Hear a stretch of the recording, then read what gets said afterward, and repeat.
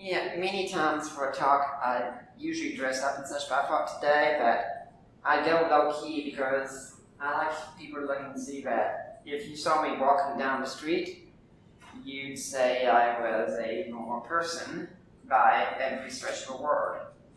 And furthermore, if you saw me walking down the street, you'd see a rarity because she says I run everywhere pretty much. But as Matt said, my name is Nick Peters, and I was born back in 1980, and early on, I think my parents knew something was different. That I would eat a lot when I was a baby and such, but once I became a toddler, I kind of vanished. My diet became incredibly restrictive at that point on. And I had a fascination with reading. It's very hard to imagine for some of you not me, I'm sure. But I've been told that I taught myself to read when I was a year old. And the first book I really got curious about was a big Bible we had at our house. And I'd pore over it constantly, and my parents were thinking, he's just amazed by the shapes of the letters, the numbers and such in there. Well, one day, probably when I was around 3, 4, 5, he might obviously have a story point I would get from my parents, so I can't tell you firsthand. But one day, my dad took me to a department store and put me in front of a computer. And he went to play a game or something. If it's anything like today, his games don't last long. And when he came back, there was a small crowd around that computer, and I was still sitting there. And he looked on the screen, and all the books of the Bible were printed in order, spelled correctly, with how many chapters they had. And so I asked, "Is this your son? Yeah, did he do this?" "I don't know." Cleared it out of the screen. "Nick, do it again."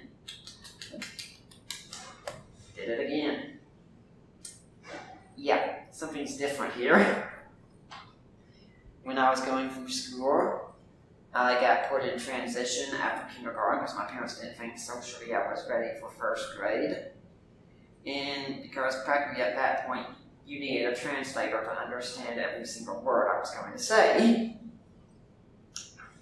And as years went on, I was in accelerated math programs. I was the youngest person in the Math Olympiad in Knox County schools. 3rd grade, normally you had to be 4th or 5th grade to get in there. And I managed to win my school's guarantee 3 different years overall. I won it. And in 5th grade, my parents had been taking me to see various specialists and such, find out what's really different about our son. And it turns out the diagnosis was autism. Now at that point, as I'd hear this word years later, I had no idea what it really meant. But I started looking at it more, and the way I've come to see myself as someone who's more on the Asperger's side of autism, which is high functioning. We call it autism light. And I kept going through school, and it's my understanding that I was the first person on the spectrum to graduate from the public school system in Knox County in Tennessee. And from then on, it was time for college. And the only thing I knew about was the Bible. And I should explain something about when I was in high school.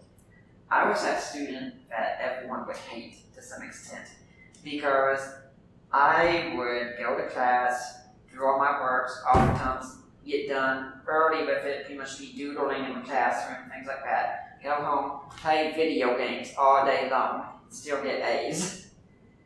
I was elected the most studious senior superlative in my high school, which kind of surprised me because I never studied anything. But that's the way the mind worked. I could be at home, I could be playing a game, I could be listening to the radio, I could be watching TV on a smaller TV in the same room at the same time and tell you what was going on in all 3 of them. That was the world I lived in. And when I went to Bible college, that was where I ultimately decided, because that was the thing I knew better than anything else, was the Bible somehow. And we went through voc rehab, vocational rehabilitation, which worked with people with disabilities, so I could get my college paid for because my parents didn't have a lot of money. It was quite amusing when they were giving me these exams and such to see where they thought I should go. And he said, you should choose something like engineering because you're just so smart. I said, no, you think I might be future engineers. Some people are listening by recording might be engineers. So this is no offense to engineers. But it just wasn't for me. I couldn't care about that at all. So no, I want to go into preaching. I want to go into the Bible. I said, well, sorry, you are making a mistake. You should not go down the preaching path because you will just not be able to handle public speaking. It's kind of amusing since I describe myself as a public speaker now, and I often say I wish they could have been there when I gave my senior sermon at Bible college, because I spoke to the entire student body that was present, probably about 1,000 people, plus any faculty that happened to be there at the time, and it was not a problem whatsoever. And even years later, I still get people saying, hey, I've heard that message I gave, that was really good. But that's what I did. Now, it was in Bible college that I actually found out about apologetics for the first time, the defense of the faith. And this is something that I look at as a real sign of how the church has failed so many people. Because I look back and think, here I was, an intellectual growing up in Christianity all these years. No one mentioned anything about this. I had no clue this world existed. And all this time, I could have been doing so much with it.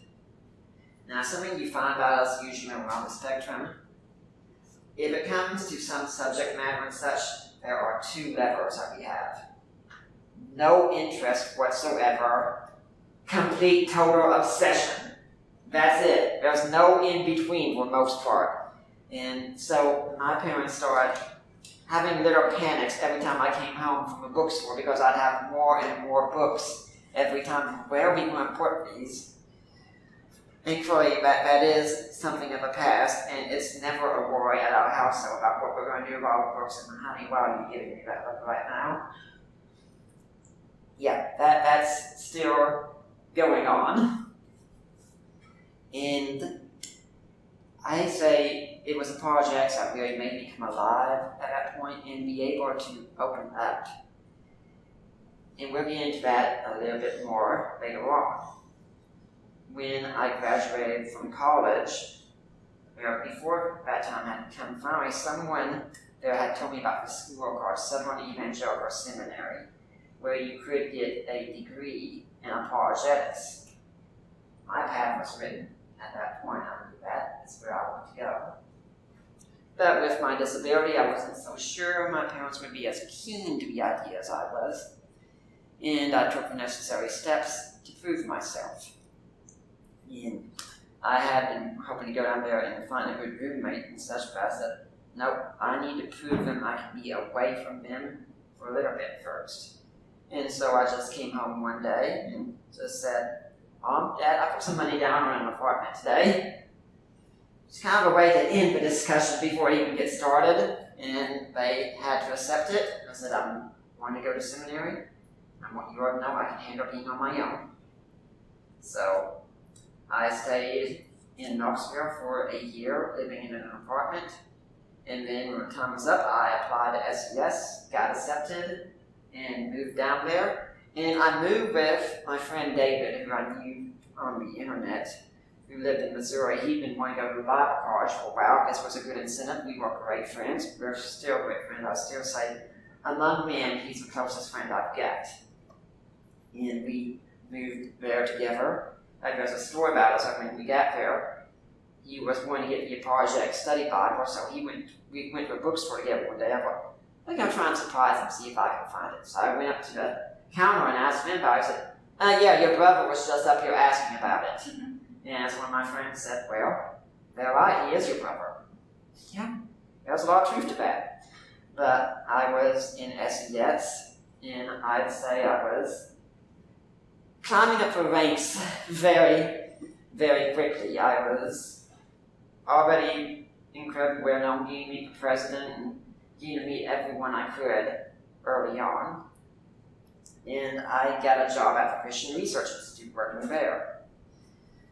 Now, the question always comes up when you meet those of us who are on the spectrum who happen to have this unique characteristic of being married. Because it's that, geez, usually on the spectrum you have such a hard time socializing and talking to other people and such. And most guys have a hard time talking to the opposite sex anyway, period. Amp that up about 1 billion times for someone on the spectrum, and it's even harder. So, how does this happen?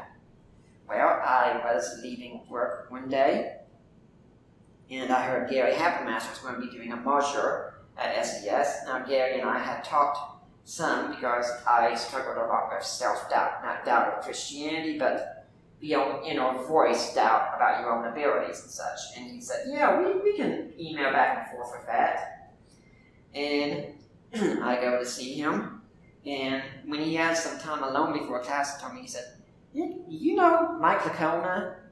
Well, yeah, I know about him. He did a debate here just a year or two or so ago. I don't remember when exactly it was, but I've seen him do a debate. I knew he was. I read the book he co-written with Gary. I said, well, do you know he has a daughter? No. And yeah, she's going through a hard time, and we were talking about it back there, and it got mentioned that she has Asperger's, and Frank Turk said Nick Peters has Asperger's. So why don't you try and talk with her some? And well, I went up to join him for his class for a little bit. He invited me to come and just listen some.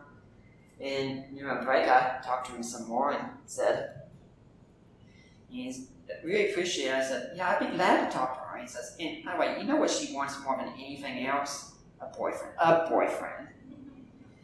And at that point, I wasn't really looking for anything. I'd had trouble with internet relationships before. I was not going to go down that route. And I got in touch with her. She was a bit hesitant at first, but she came to enjoy talking with me, and fortunately she had some guys she was already going to get back together with, so great. Because she saw my picture, and if I told you that she thought I was a total stud when she saw me, I'd be lying for my teeth. She thought, yeah, you're nodding way too much over there, hon. She thought, this guy is a total nerd. Thank you for thinking that, by the way. And she didn't really want anything to do with me. I was just a nice guy who talked to her and such at first. And that was around August when we started talking, and before too long, it was kind of something that she couldn't contain it anymore. And she was the one who said, hey, you want to just start dating? Sure. That was Labor Day of that year. And I went down to meet her in Atlanta in October. Got to meet both of her parents and such, and so we were at Aspie Pepper together. Took her out on our first date to the Georgia Aquarium out here. Saw Beauty and the Beast that evening at her house. And we had our relationship pretty much going on the internet as much as possible, morning, noon, and night, as David would have said. And around November, I started searching around secretly for a ring, and I proposed to her in December of that year. We got married the next July, and it's been 7 years this July, and so far she has not killed me yet, which proves that she has far greater self-control than she realizes, although she has said something about some baseball bat under the bed or something. That's a little bit about what my life is like, but the differences with autism here are that one of the rules for autism, first off, you need to know is when you meet one person on the spectrum, you've met one person on the spectrum. It's not a cookie cutter thing. There are different qualities we all have. Sometimes you can meet someone on the spectrum and say, well, what are you incredibly gifted in? Not everyone is. Not everyone is an intellectual savant in some area. My wife is an artist, for instance, instead. Her smarts are not in academics. That's how we balance each other out very well. I often say in our marriage, I'm the head and she's the heart. Because if you are in need of something, if you needed a good, kind listening ear, someone who would genuinely empathize with you and feel with you at that moment, go talk to her. I just don't care most of the time. I have an intellectual awareness of it, but I cannot feel it the way she can. She feels things very intensely. We can sometimes have very odd diets on the spectrum, something I hinted at earlier. And when she married me, I would pretty much have a tombstone pizza, and I'd have a quarter of it every evening for dinner. And I'd have peanut butter sandwiches, and that's pretty much it. Now she's gotten me to where I can have Mexican food and seafood and other things, even things she doesn't care for. And I always tell people, it's so amazing that you have all these counselors and teachers and therapists and my parents and everyone else trying for decades to get me to do something different. And I just would not do it. There was no interest whatsoever. She comes along and she doesn't even have to try. She just does it. Women have that strange power of us men to do that, but she's my motivation. She's the one that really keeps me sane in everything. When we're on the spectrum, we're often very much socially inept. We do not catch on to social cues very well. We do not catch on to sarcasm. It's usually a surprise because I speak sarcasm very fluently, but I don't read it well at all. Sometimes just need some help figuring out what people are saying, because it doesn't make sense. We don't know what to do in many areas where there's a lot of people and we don't know what all the social rules are.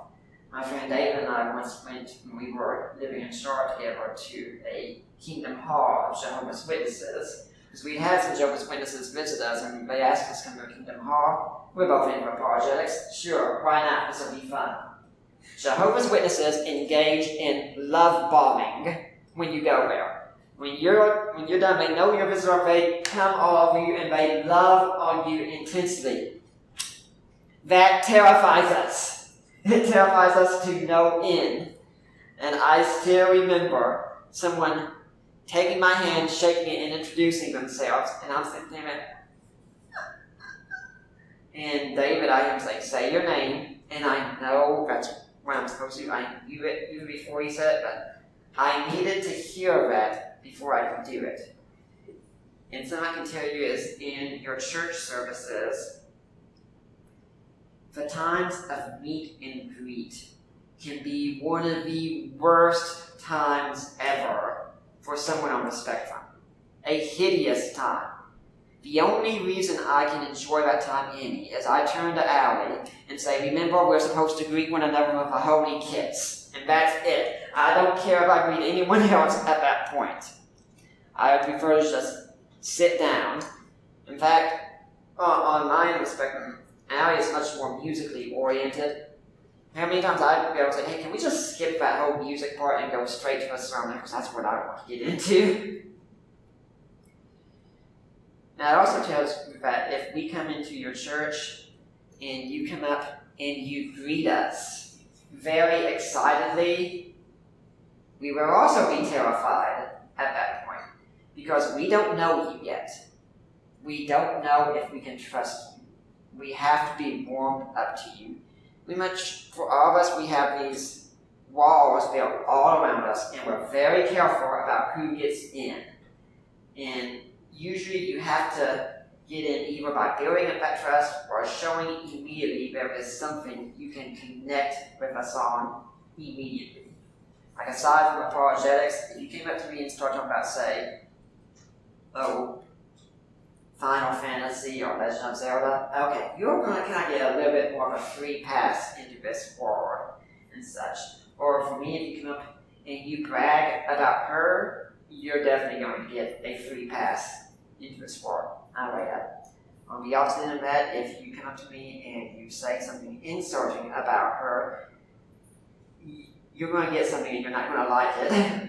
I think there's a hidden rule on Facebook on my wall that says if anyone insults Allie, stay back, pop for popcorn, and get set, because once her husband sees it, he lets in on them and he does not let go. That's part of the thing with being on the spectrum, is that we don't accept outsiders. We prefer to get to know you on a slow, one-on-one basis. Give us time. Also, try to avoid abstract language as much as possible. We speak in very concrete terms. If you go up to us and say, "Are you washed in the blood?" we are going to likely be taking that extremely literally, because that's what we do on the spectrum. We tend to take things literally. That sounds disgusting. Or one of the phrases that we often use today, and I have a problem with it theologically anyway, is you say, "What is your personal relationship with Jesus Christ like?" For us on the spectrum, personal relationships are hard enough to begin with. Now imagine taking a personal relationship and putting it with someone who's God. That makes it a whole lot harder. I'd say for a lot of us on the spectrum, actually, not all of us, but a lot of us, apologetics can be a very good way to reach us, because we think so much in that lever instead of the other ways. If you meet someone on the spectrum and they're very intellectually inclined, apologetics would be a great way to reach them. I also would say that when it comes to mental conditions and such, because I wanted this to be also about other mental conditions, because there are many more about it. I focus on autism because it is where I come from, it's where my wife is as well. But I remember years ago I did a debate on the Unbelievable program. They called me on after the Haiti earthquake to defend the goodness of God, which is a very interesting position, take place right after a mass earthquake that killed so many people. And they wanted me as one of two Christians on to talk about my position, being disabled and on the spectrum. And Justin Browley, great host, great guy, wonderful guy, he said, "So what is it like for you being one who suffers with autism?" And I said, I gotta stop you at that point a little bit, because I don't suffer with autism. I live with it. Suffering is a choice, and I choose to thrive the best I can with what I have. Are there some disadvantages at times? Yeah. And this is something my wife and I have talked about. If there was a cure given tomorrow out that anyone could get, she would be one of the first people in line, and I don't blame her. But I, on the other hand, would say, I want nothing of it, because I think the intellectual abilities it gives me are far greater than the social things that I lose. I was even talking with Pastor Steve Bedard, who's an autistic pastor, on my podcast. I was interviewing him, and he's of opinion that he used to say that autism traits would be cured in heaven. Now he's not so sure, because there are so many unique advantages. One of the things with mental illness ultimately is really try and get to know the person first. And unfortunately, there's a great stigma against mental illness in our country, around the world probably, but here in America there can be a great stigma. We can have so many fundraisers going on for Lou Gehrig's disease or cancer or heart disease. Not knocking folks, we need to have it done, of course. But when was the last time you saw a national fundraiser for depression, for instance? Or any other condition like that?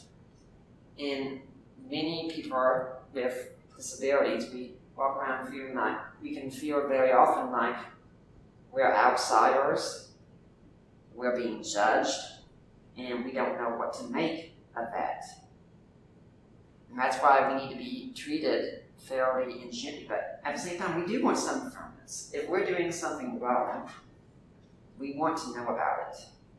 Oftentimes, I tell people when it comes to mental conditions, including autism and Asperger's, that if you see us doing something differently, it's an explanation, but it's not a justification. If we're acting odd, it's because we're on the spectrum. That's just, to quote Geico, what we do. It doesn't mean it's the right thing to do. We do have to work to eliminate as much as we can of the negative stereotypes and such. My wife is a great drive for me to get past my negative stereotypes and ways I think and such. I tell her regularly she's my brain center that makes me want to be a better man, better Christian entirely. That if we think we're being judged, it's very hard, especially because on the spectrum, we just don't usually open up to people. And Allie and I have both been burned in small group settings. We went to one at a church once, and they were talking about something, of course, for the Bible. And I get excited about that, and I speak, and I start talking for maybe 3, 4, 5 minutes, and I hardly realize it because I'm just so excited about the topic and I have so much to say. And then we found out that, yeah, you don't need to speak that much and you're going over people's heads. So we asked regularly from time to time, hey, are we doing okay? Are we doing okay? And they said, yeah, you're doing fine. Until one day we realized that all of a sudden, no, we weren't doing fine. And it ended in a bad way. It was well before Allie was able to trust to go to church again after that. Fortunately, we found a church that was very open, very understanding. In fact, that was the thing that made it hardest for us to move here to Atlanta, was because we didn't want to leave our church behind. Now, we do have a good church. We've got a small group. We've got a lady in that small group who actually works with people on the spectrum, and so she understands us, and she's able to help us out if need be.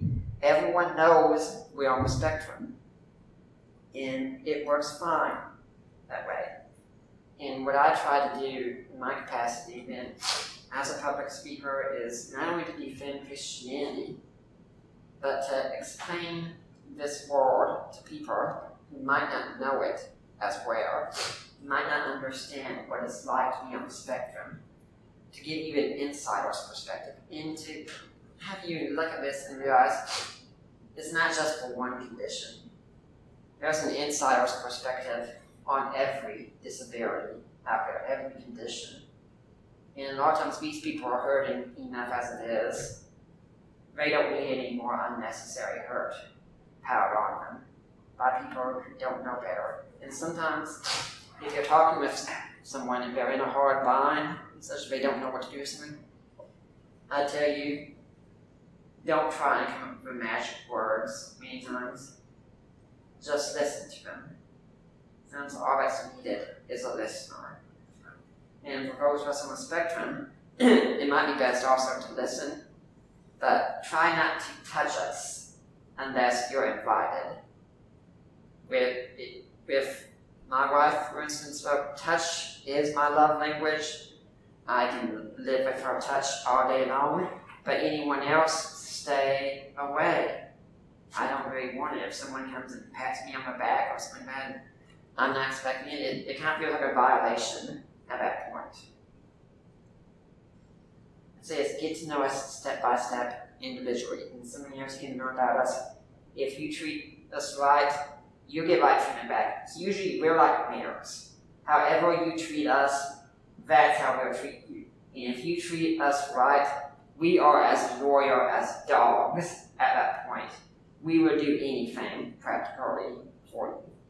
It's about 7:15, so I think it's about time I should start opening us up for questions about what it's like on the spectrum and how that might relate to apologetics.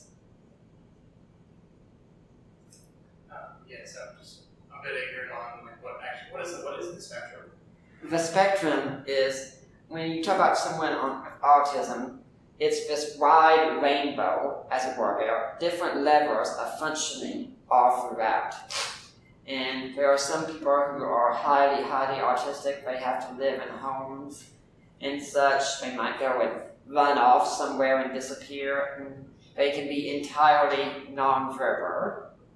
And for those people, also mean at times the internet has been extremely helpful, and working with animals has been extremely helpful.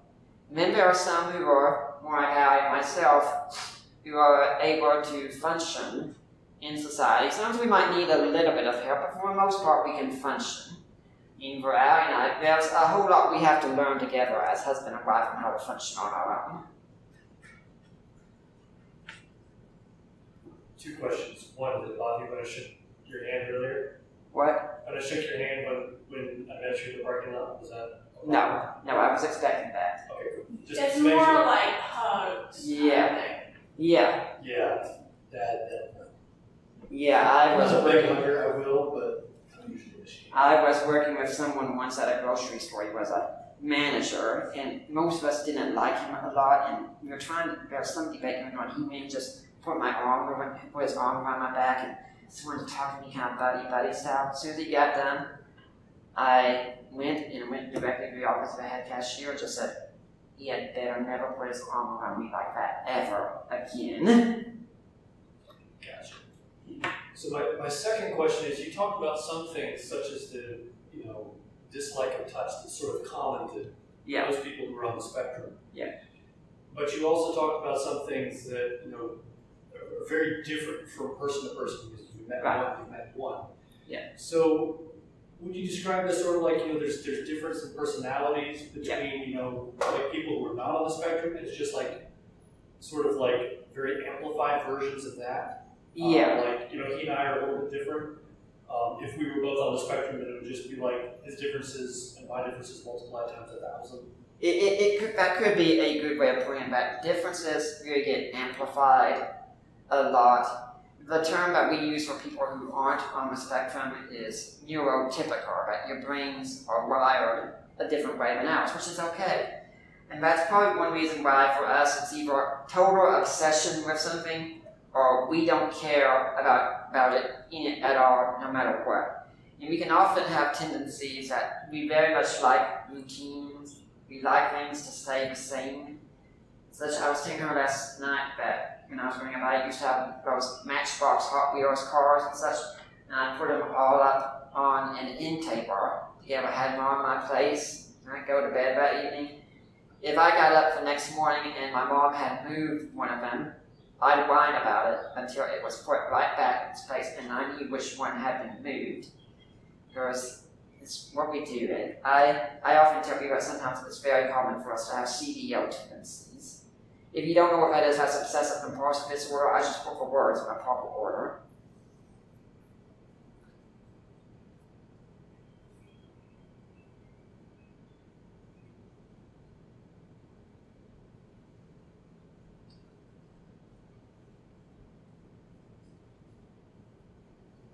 Yes? So, I guess going back to the how would you say, if you're, because I think you'd recommend an apologetics approach being particularly effective, how would you recommend maybe initiating that, for example? I'd say when you're trying to talk to someone you know who's in the spectrum, find out where they are first, find out what they're interested in first. If they're interested in, say, comic books, for instance, try and make a connection between comic books and apologetics. If they're interested in video games, make a connection that way. If they're interested in anime, make a connection that way. If they're interested in politics, make a connection that way. Whatever it is, because Christian apologetics ultimately covers everything out there. It's something that if Christianity is true, it has relevance to everything. If it isn't true, it has no relevance whatsoever. Every single area out there, all the ones I mentioned, Christianity has something to say about each and every one. Does that help? I think so.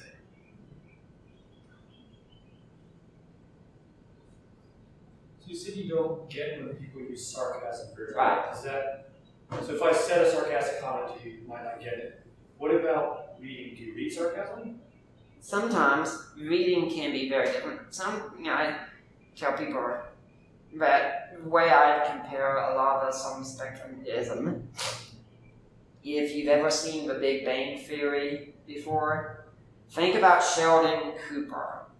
She would swear she's married to Sheldon Cooper. So, I love sarcasm, I love to use sarcasm, but sometimes when people are talking, it's hard to tell if they really mean what they say or not. Because usually when they don't mean it, there are some cues they send, body language, tones, and like that. We're oblivious to that entirely. There's a funny video that someone sent me once about this guy talking to this girl waiting in line at a coffee shop, and apparently they have their names in their coffee and such, and he's just talking to her, and she just looks at him, smiles, just kind of brushes her hand through her hair and such, and he goes, yeah, thanks, good meeting you, and he goes about his day and shows him like playing golf or driving or watching TV late at night, then goes to bed and turns out the lights, and all of a sudden you see the light turn on, and he's he just now caught on that she was flirting with him at that point. That's kind of the way we be.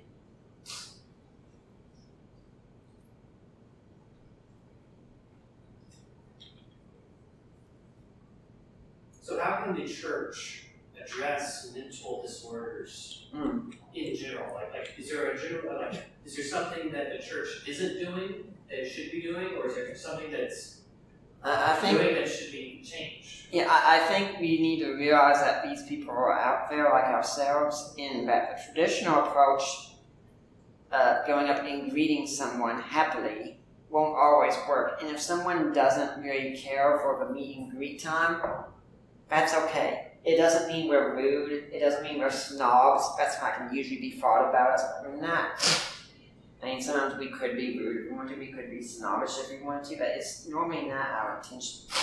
One of the great things some churches are doing is starting up classes and groups on this kind of thing to raise disability awareness, which is exactly what we should be doing. I find it a shame that people are struggling with mental illnesses and other conditions like depression and such as well.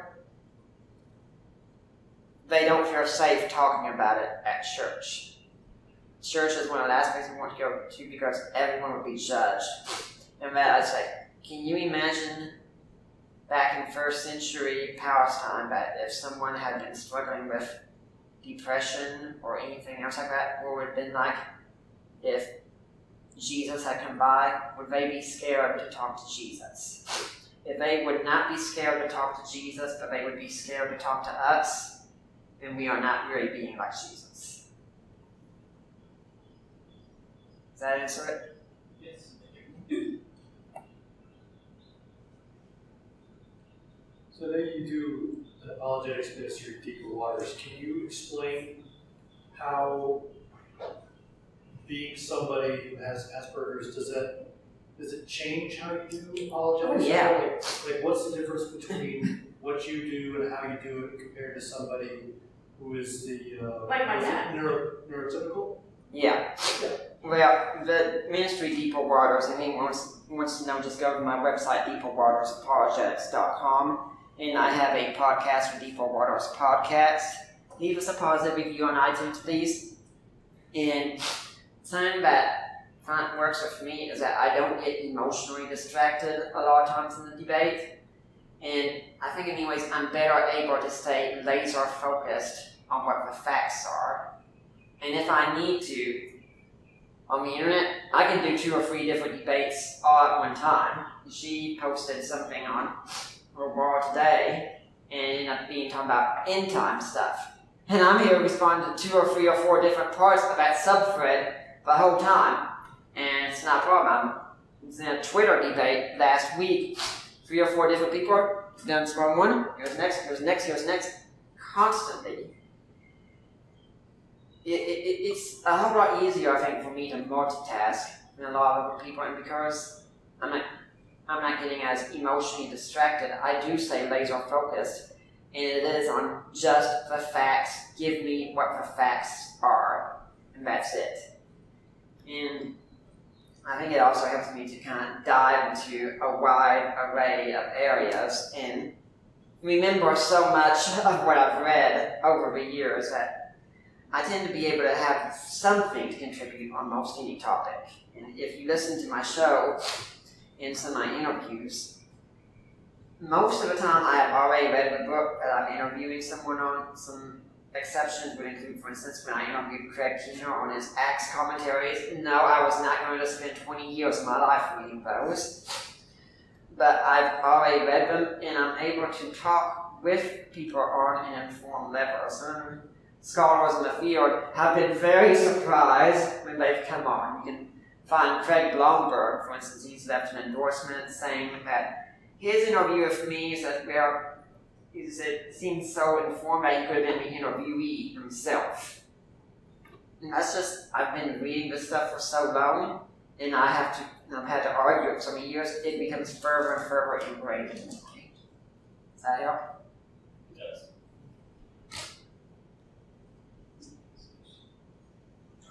Just a question more on Asperger's. So I think you mentioned I think that you and your wife differed as to where you were focused on. Is that something that's native to Asperger's, or is that just some part of the thing that you're talking about the spectrum? Are you saying that is it that only people on the spectrum have this, or can it be people outside that can have it, or what? Well, I mean, is this just something that is perhaps heightened as a result? Yeah, I think it's very much heightened. For her, for instance, her loves are often anime and animals.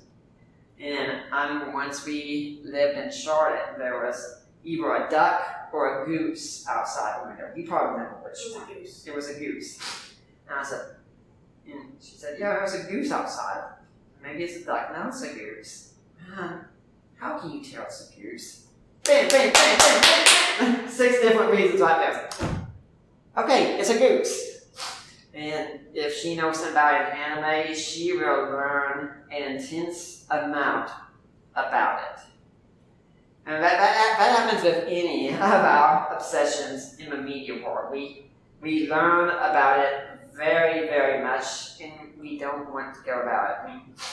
For me, for instance, last month the Power Rangers movie came out. Day one, right there, I was not missing that one. That's what I grew up with. And for her, whenever a new Dragon Ball movie comes out, we have to go to the theater immediately. Except for Evolution. Don't ever watch that. Yeah, and she usually knows what she's going to get for her birthday or anniversary that year after it comes out. Oh, yeah. But that gets back to how you can get into our world, is that if you want to get into her world, if you went up to her and just started talking about Dragon Ball, for instance, you'd probably be in her world pretty quickly. If you came up to me and said, I think Final Fantasy IV is such an awesome Final Fantasy. Welcome aboard.